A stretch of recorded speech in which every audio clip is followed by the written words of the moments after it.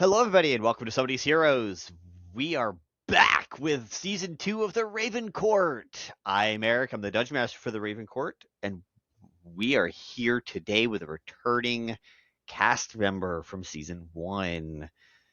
Yuri, go ahead and introduce yourself and who you're returning as. Absolutely. Hello, everyone. My name is Yuri. That is Yuri, pronounced she, they. Also known as Yuri and the Beast, absolutely everywhere on the interwebs. And I am coming back with the girl that has done absolutely nothing wrong in her entire life, Morwen Senatore. Okay. Are y'all ready to learn about a moment in the past?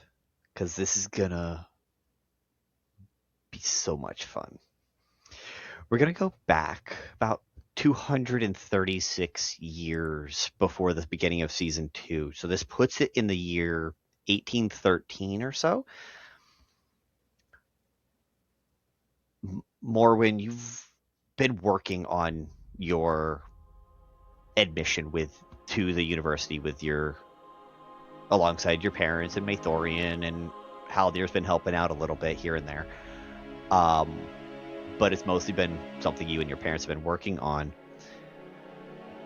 But the moment we're going to focus in on first is you're actually, it's one of the very few times, if ever, we've seen Morwen in a temple of some kind. The typical Senature banners that would be in here along with the other families on the council that would normally be in here, and the deities and all that kind of stuff are down, and in its place are rarely used black banners with the same symbology. Where do we find Morwen in this exact moment? Morwen is standing close to the very front, right underneath the dais, just looking up at the mural and statues that are above it. We see her wearing a black dress and a semi-opaque veil, also black, over her face. And though it is a little bit hard to see because of the veil, you can hear it as she is crying. And we don't see the tears through the veil, but we do see like the small movements her shoulders make as she cries. There is people behind her, and she knows that, as they walk around the service just having finished. They whisper to each other. Some of them come up and also bow their heads for moments before turning away. And she has been standing there now for a bit, almost as if just one more of the statues, except for the sobs. Okay. And behind you, facing the opposite way, are both Haldir and Mathorian acting as a buffer, a barrier, to deflect and take things on your behalf that might make it worse.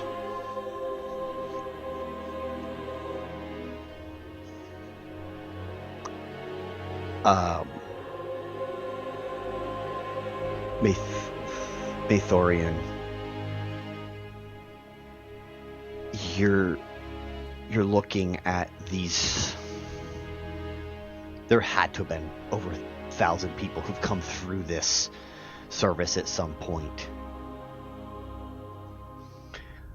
But you and Haldir are both looking out, and you've seen what, like I said, well over 1,000 people come up and pay the respects to 2 urns that are just on a pedestal. And one of the council members, an older, maybe around 800-year-old elven man, comes up and can I speak with her?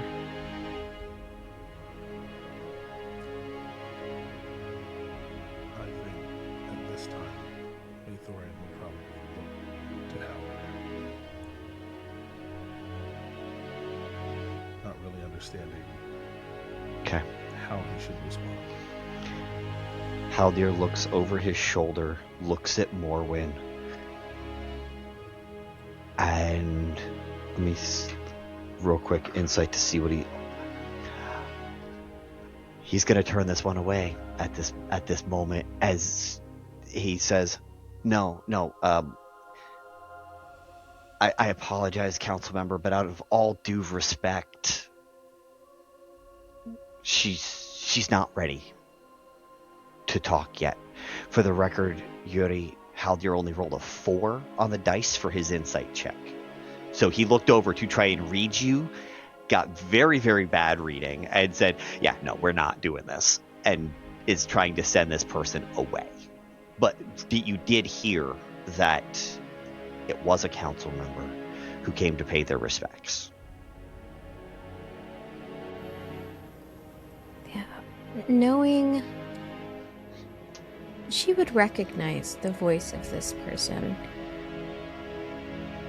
Her parents were on the council as well, and she has been in the background of many a meeting. She turns around and puts a hand on Haldir's shoulder, uses the other to sort of wipe away at her face, knowing that they can't see much beyond the veil. Doesn't really matter. And she nods at the man.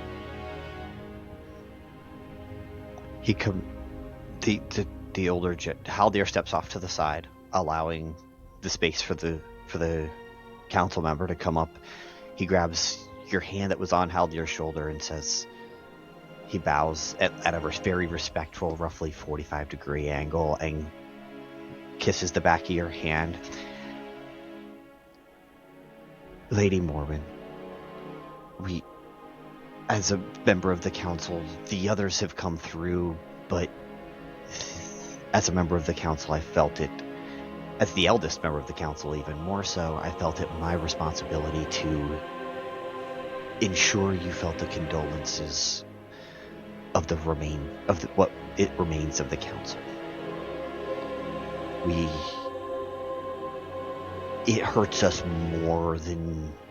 not more than you, but more than Artemirians realize, to lose 2 brilliant members of our council like this.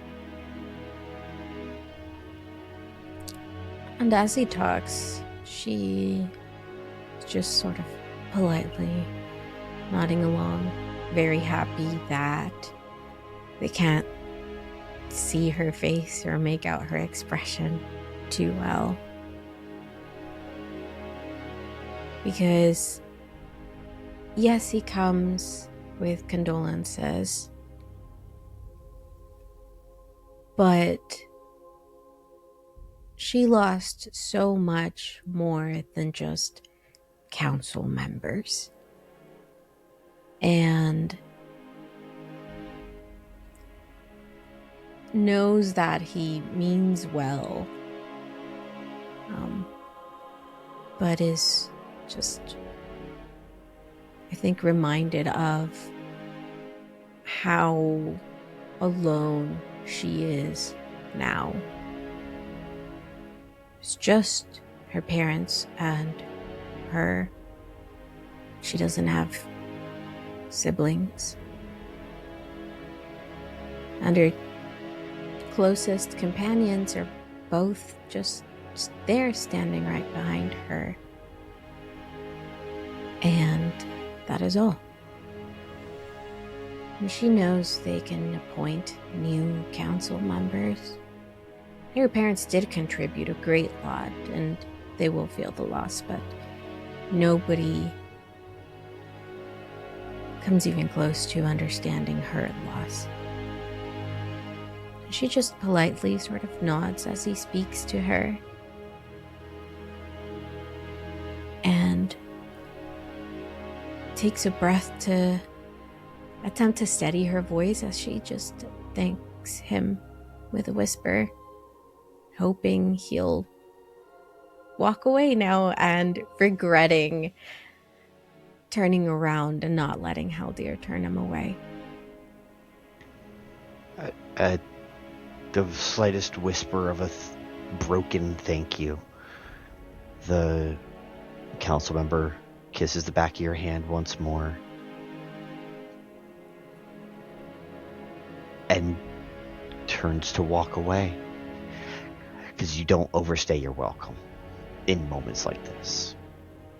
You gave him the 30 seconds to give his condolences, whereas everybody else had been turned away. A few days later, in a lab that only you and your parents knew about, working on a project that only y'all had been working on, it's just you and Mathorian. And how do we find the two of you in this moment? Maybe about, call it a week later. The lab is covered in papers, and there are boards with chalk on them. This is a place that had been very busy lately, or at least, if not recently, at some point. And she sits at her desk with these papers strewn around.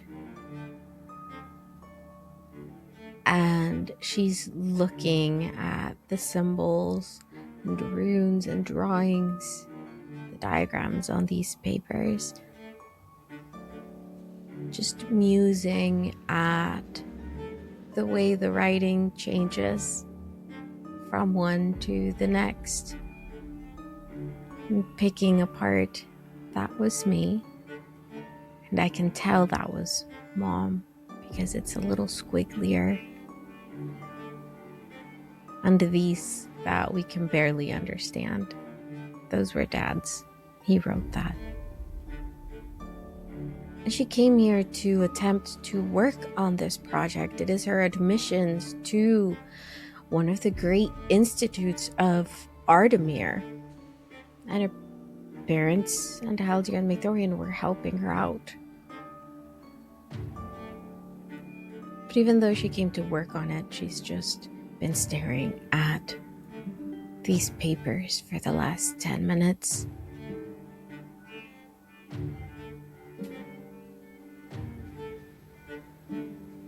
Why have we not started working yet? I think she half startles, being really just in thought. Almost had forgotten that you were there. I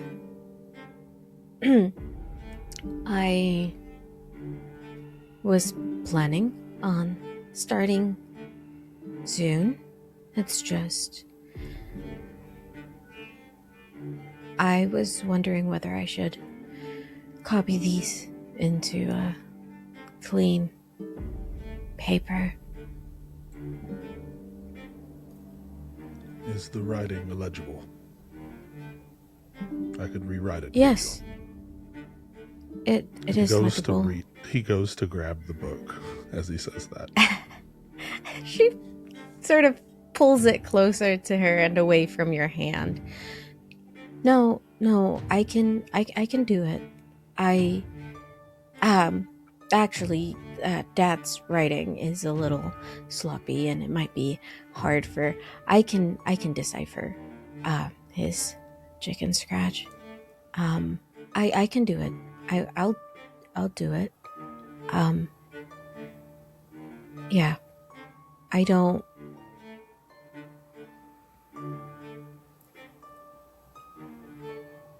I just was thinking about how much they helped me with this. There is a lot of their writing here. You seem unsure and hesitant.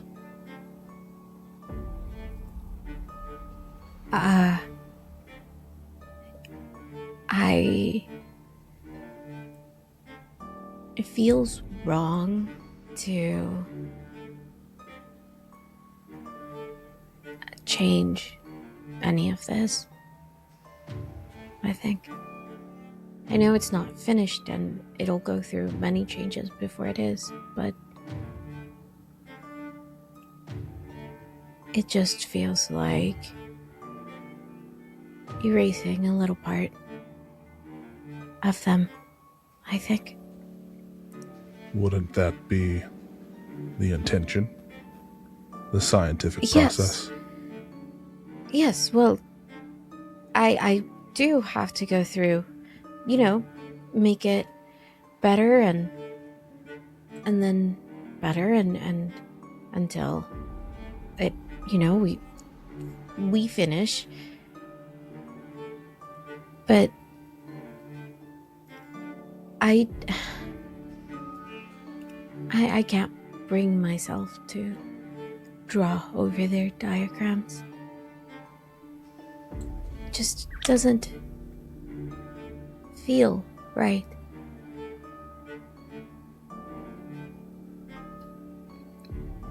What about it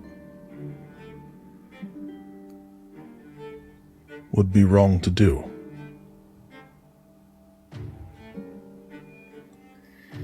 I suppose none of it would actually be wrong. It just feels wrong. And you would halt your progress because it feels wrong.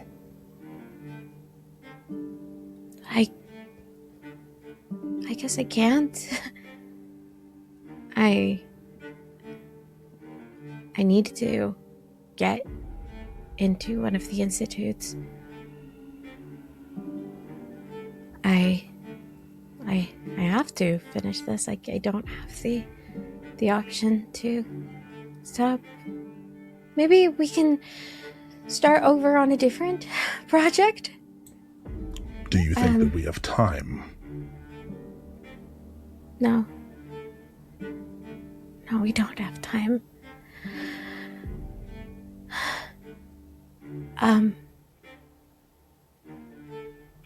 Just tomorrow. I will. Not today. Just I'll figure something out. I can do it. I'll finish this. For today, I think let's get out of here. Clear our minds. Come back to it. Okay? As you wish.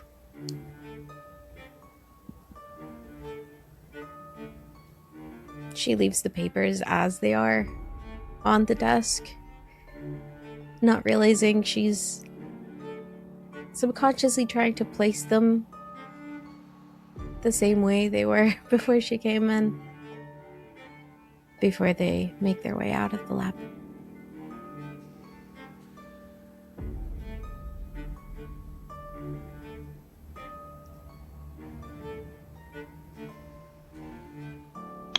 Okay. A couple of days go by. And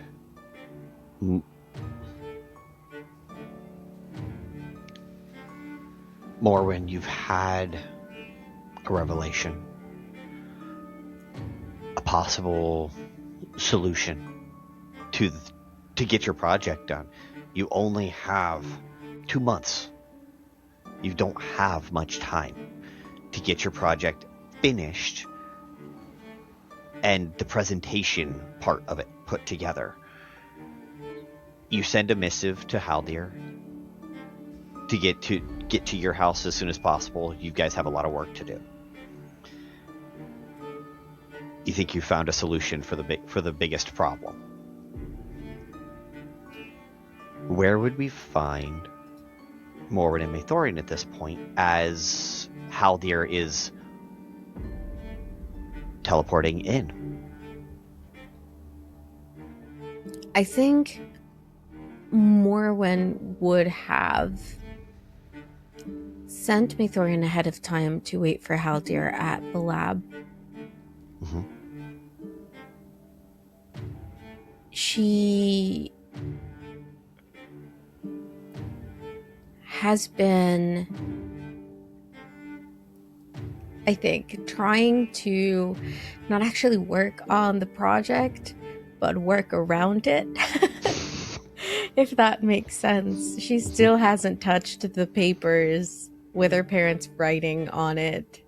She has made a couple of diagrams on the whiteboard. I think more as a way of getting Maethorian to not say anything or ask questions and give herself more time than anything.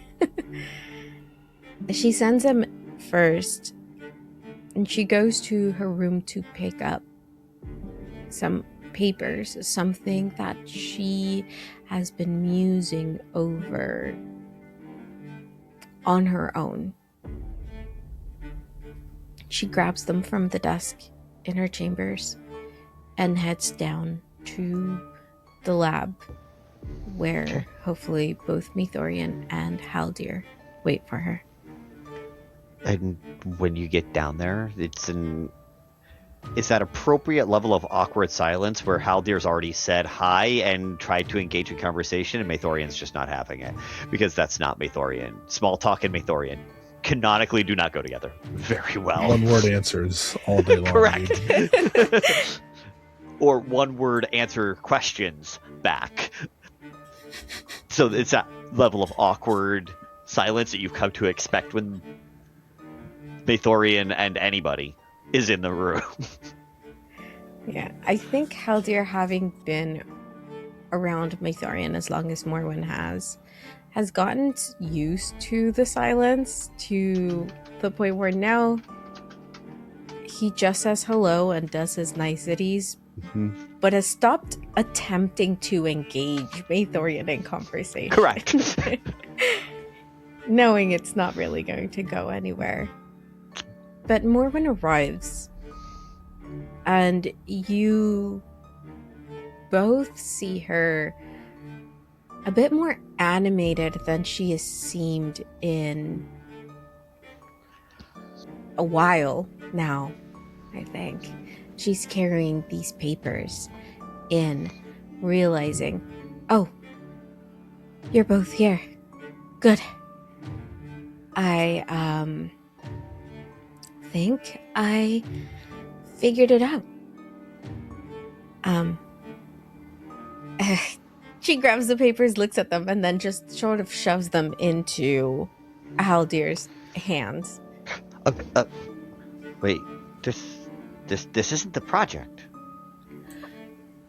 I looks over at Victoria like, no, it's not. I was sort of working on something else that I think is going to solve the reasons I haven't finished the project yet.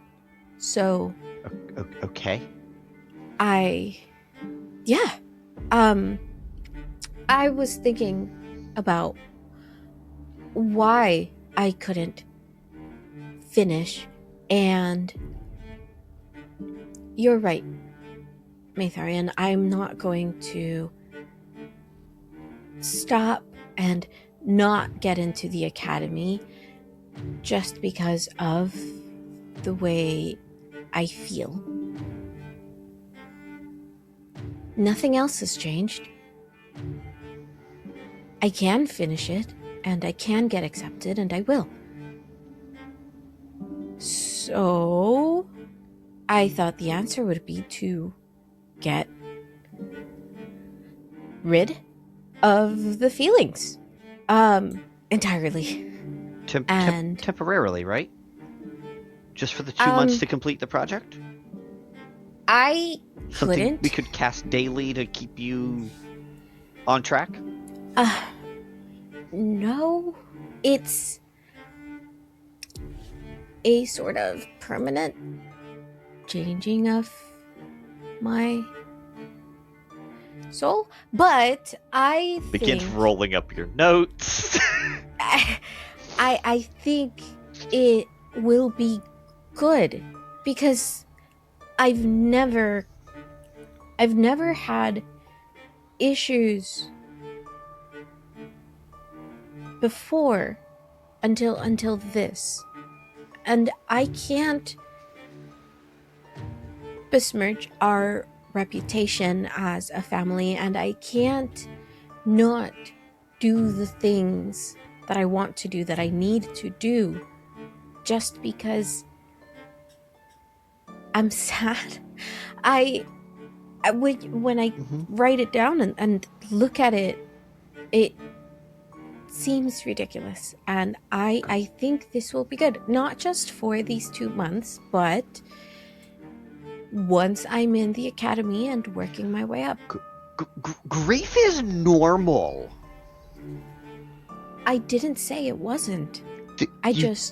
It doesn't serve me, and I don't need it. The only thing it has done is stop me, and now I have even less time. I've thrown just about a week down the drain because I can't write over their letters and diagrams. The council would understand and give you an extension. I am not going to ask for an extension. That is not the way I want to start my journey there. I don't want to be given anything that the other candidates aren't given. It's written on paragraph 8, subsection 42. If someone dies, you can get another month by asking.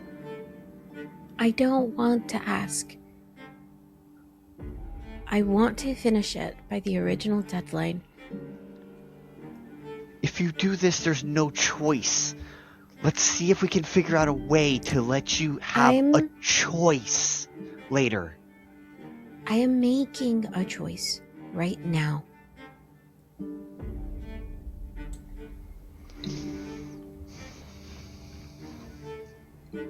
If it makes you more efficient, why wouldn't she make it permanent?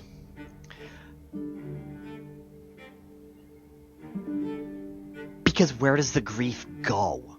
Where does the emotions you would and should experience go with your spell? I don't know. I honestly don't care. I'd be able to finish my work. There'd be nothing stopping me. The basic laws of science state you cannot just destroy matter. It They has to would go go somewhere. Yes. That Then I'm not worried about that. Then let me Grief is not matter. Then let me create its emotional energy. And emotional energy can power entire spells. Let me create a battery in order to allow you a place to hold it. But I don't want it. You won't have it. It's a place that the energy of that grief, the energy of those emotions, because this is not just going to block out grief. This will block out happy. This will block out every positive and negative emotion. I read your spell. It will block everything. Give me a couple of days to figure out where this is going and contain it. As long as I am able to keep my mind, I don't care where everything else goes. But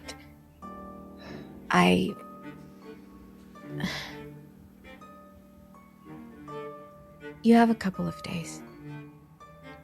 A couple of days, and then I'm doing it out there.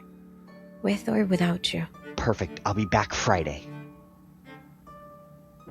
And he teleports straight back home to work on whatever he's going to work on to try and solve this problem. You gave him a couple of days. He'll be back Friday.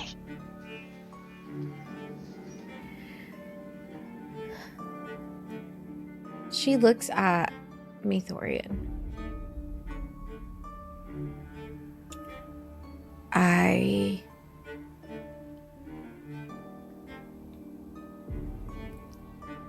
You understand why I'm doing this, right?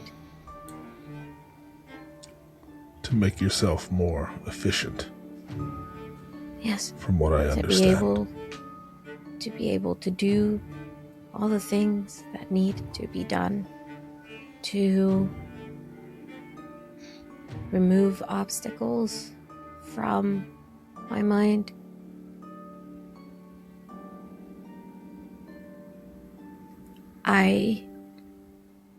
If Haldir doesn't come back in time, and I think probably even if he does, I will need you to help me conduct the spell itself. I cannot both power it and be the object of it at the same time.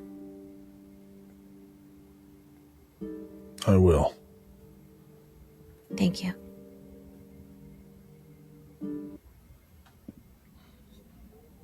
A couple of days go by. Friday morning, you're laying in your bed and you hear some rummaging around in your parents' room as it wakes you up. I think her first thought is intruder and her second thought is why hasn't security done? She doesn't hear the sounds that she should hear if there was an intruder. She doesn't hear fighting or yelling. And she gets up, puts on sort of like a warm cloak to wrap herself around, I think still in her nightshirt, and steps out of her room to walk towards the noise. As you get closer, you hear the sounds of drawers opening, and you hear, where is it? Where is it? There it is. But you begin to hear the scratching of something like metal on metal scratching. She would recognize his voice.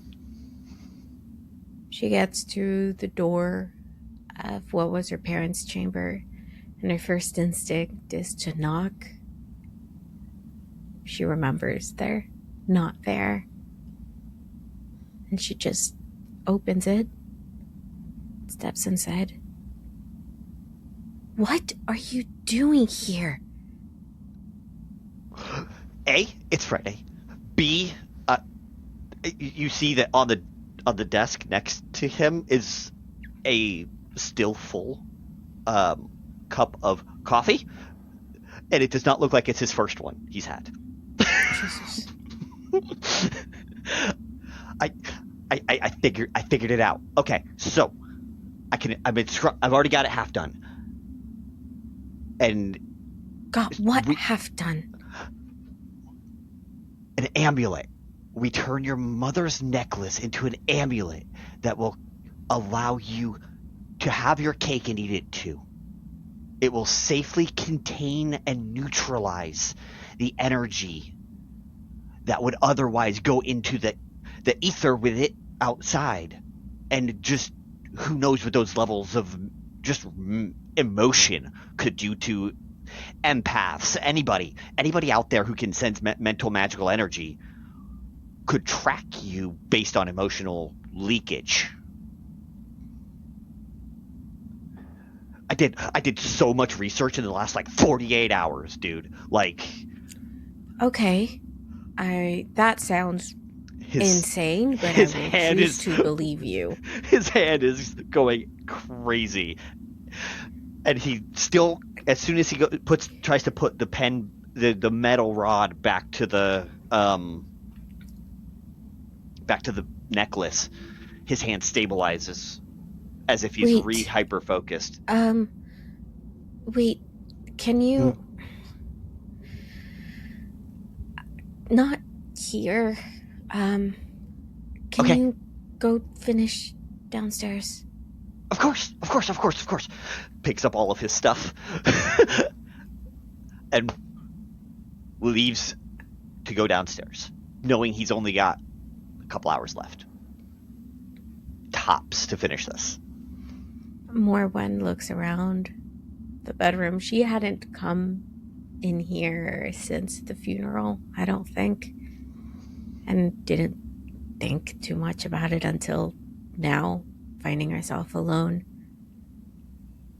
She softly closes all the drawers that Haldir had left open and wipes the top of the desk and tucks in the chair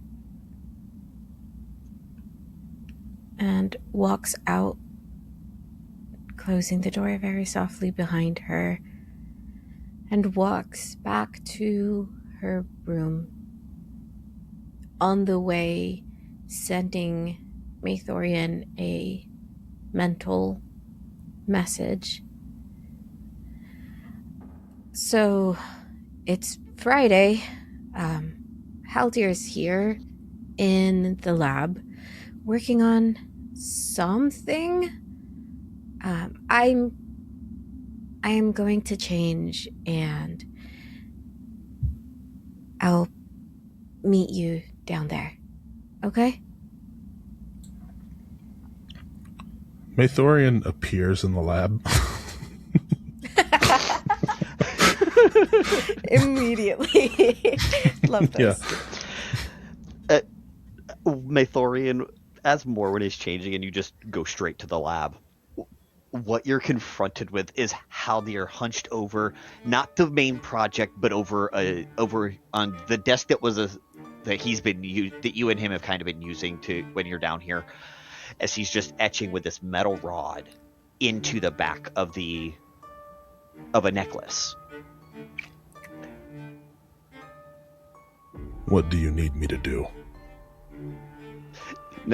Nothing yet, but Lady Morwen will need you We'll need you in a moment. As he just looks over his shoulder at you. Which is why I looked the other way, because he was looking over this shoulder. But he just continues going, and then he rubs his hands together, creates a little bit of static electricity that instead of the normal blue color of electricity, it is actually like this coppery orange that is Haldir's magic. We would have seen this before, both of you. As he just puts his hands over the necklace, and all the runes light up, and any shakiness or any imperfections in there are fixed. He basically did a little mending cantrip to fix it into what he wanted, and fix his runic writing, and do a couple other things that he saw increasingly caffeinated him may have done imperfectly. And he's like, okay, this is now a magical object, which means it can now accept energy. And this is now a magical battery and magical receiver. If you cast the spell on the necklace, it can receive your magic, and then that will allow her to take on and off. It'll be permanent on the necklace, but it will allow her to take on and off the necklace at will, giving her the choice of suppressing emotion or not.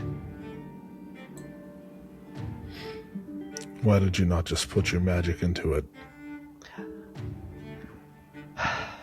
Artifice cannot duplicate the spell. I read the magic. It's not one I can do. Show me. And he pulls out the spell scroll you handed him. He took with him for 2 days, and hands the spell scroll over to Maethorian. It is a magical type that is correct. He is an artificer, cannot do. It's not a level factor. It's the class is the wrong class of magic. Maethorian looks over it for a few seconds, probably, and then rolls it back up and hands it back to him. Okay, I'm going to begin drawing the circle for her. I can do that much. And he begins drawing the magic circle that's on the sheet. I think with the time it takes Haldir to draw this magic circle is about enough for Morwen to make herself decent and come down into the lab. She comes in and I think looks for whatever he was working on. I think her worry is that Haldir would have warped it or broken it into pieces somehow to use. She just wants to see that it's still whole and intact for the most part. I think when you're looking around, Maethorian presents it to you almost openly, like as if he's like waiting to put it around your neck.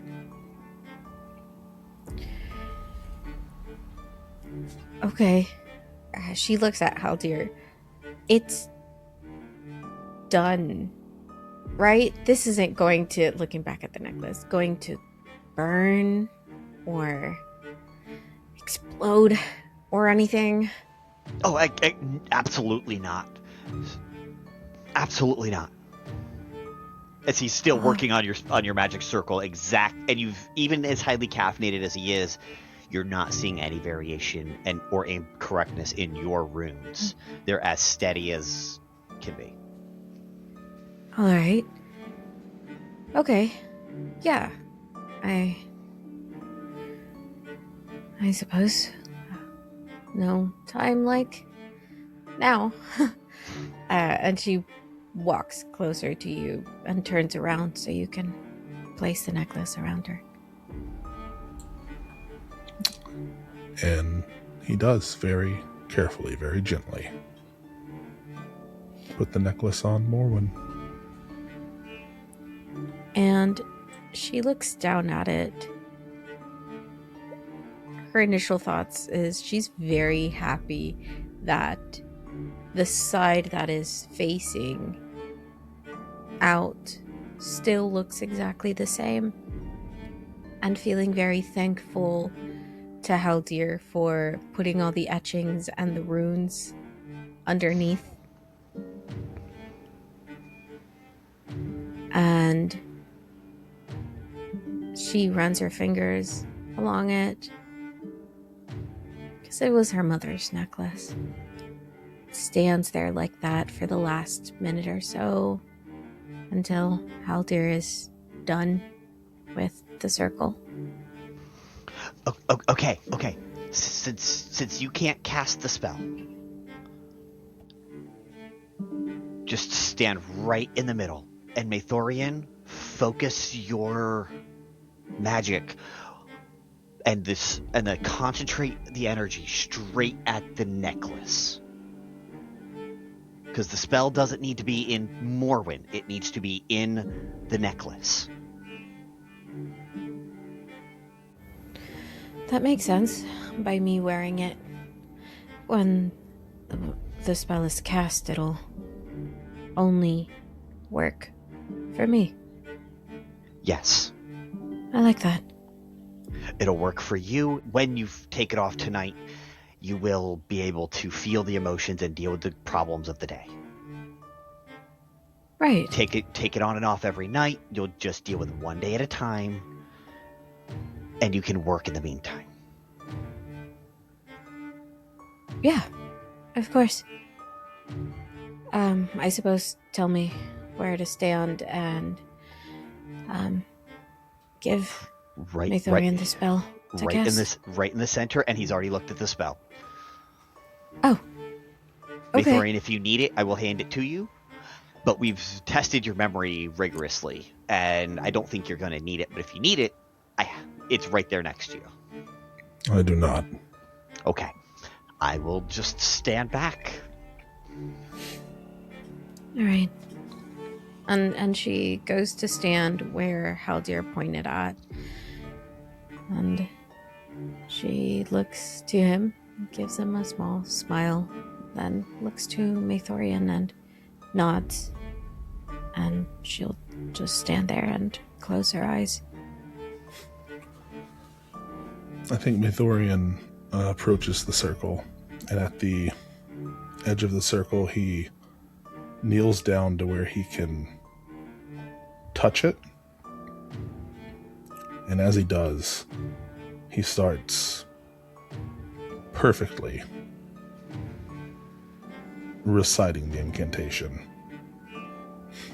And the glow of the circle starts to fill with his own magic, which starts with kind of a dark green that lightens up to more of a yellow, and as it builds and fills with more of his magic, it starts to, almost like a fire, burn red. And we see that as it fills up with that magic, the necklace start to do the same. With her eyes closed, she can't see it begin to glow, but both you and Haldir do. She can feel the magic, though. She's always been very attuned to magic and has a really good magic sense.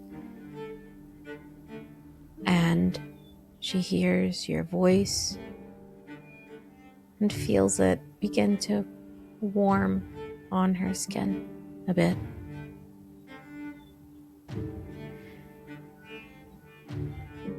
I am very intrigued as to what is going through Haldir's mind as he watches this happen. So Haldir is stepping back, but he's starting to get like a cone of cold type spell components together and pulls out something that is used just in case this actually becomes worse than anyone anticipated. So he has like a fire extinguisher on him just as a precaution, especially as the flames start. And he's like, okay, I read the note. She expected the caster's magic to influence the way this works. So okay. I okay. And he just is at the ready just to make sure nothing bad actually fully happens, even though he said it won't blow up. It won't blow up because of anything he did. Love the confidence. That's great. And after a bit, she stops being able to hear, or like stops being able to focus on Maethorian's voice as he continues the incantation. Because now all she can think about is the way it feels. It started off as something warm against her skin. Then it got hotter. She can tell it's really hot, but it doesn't burn her. Instead, it feels like the reason it's getting hot is because it is seeping at her warmth. And she can feel her body begin to cool a little. It is mostly fleeting thoughts. As the first thing that comes to her mind is the reason she's doing this. She thinks of both of her parents and the fact that they're not here to see her finish, to see her get accepted into an institute, to see her one day be a part of the council that they served so faithfully for so many years and follow in her family's footsteps, that they won't be here to be proud of her. And she feels the tears begin to form the corners of her eyes. But she doesn't cry, because the feeling slowly goes away. And she keeps thinking of her parents, but she is no longer sad. It is just a fact. No, they won't. They won't be here to see it. But she will do it anyways. And then, as if brought to the surface, not unwillingly, but not consciously, are different moments where she felt similarly. Not as complete a grief as this, but sad or angry.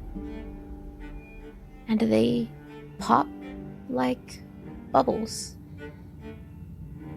They are there, and then she remembers them. The memories are there. But the feelings aren't. She can remember how she felt. She can see a memory prop up, and she remembers, I was sad when that happened. She doesn't feel the sadness anymore. As more of her warmth and her emotions start to fill up this piece of metal around her neck, and she is not scared.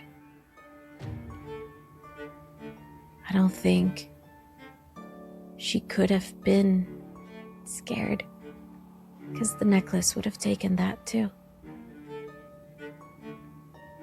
She thinks about what Haldir said about taking it off every night and dealing with those emotions and then putting it back on in the morning, but this is peaceful. She remembers how the grief felt. She remembers what it made her do and what it made her unable to do.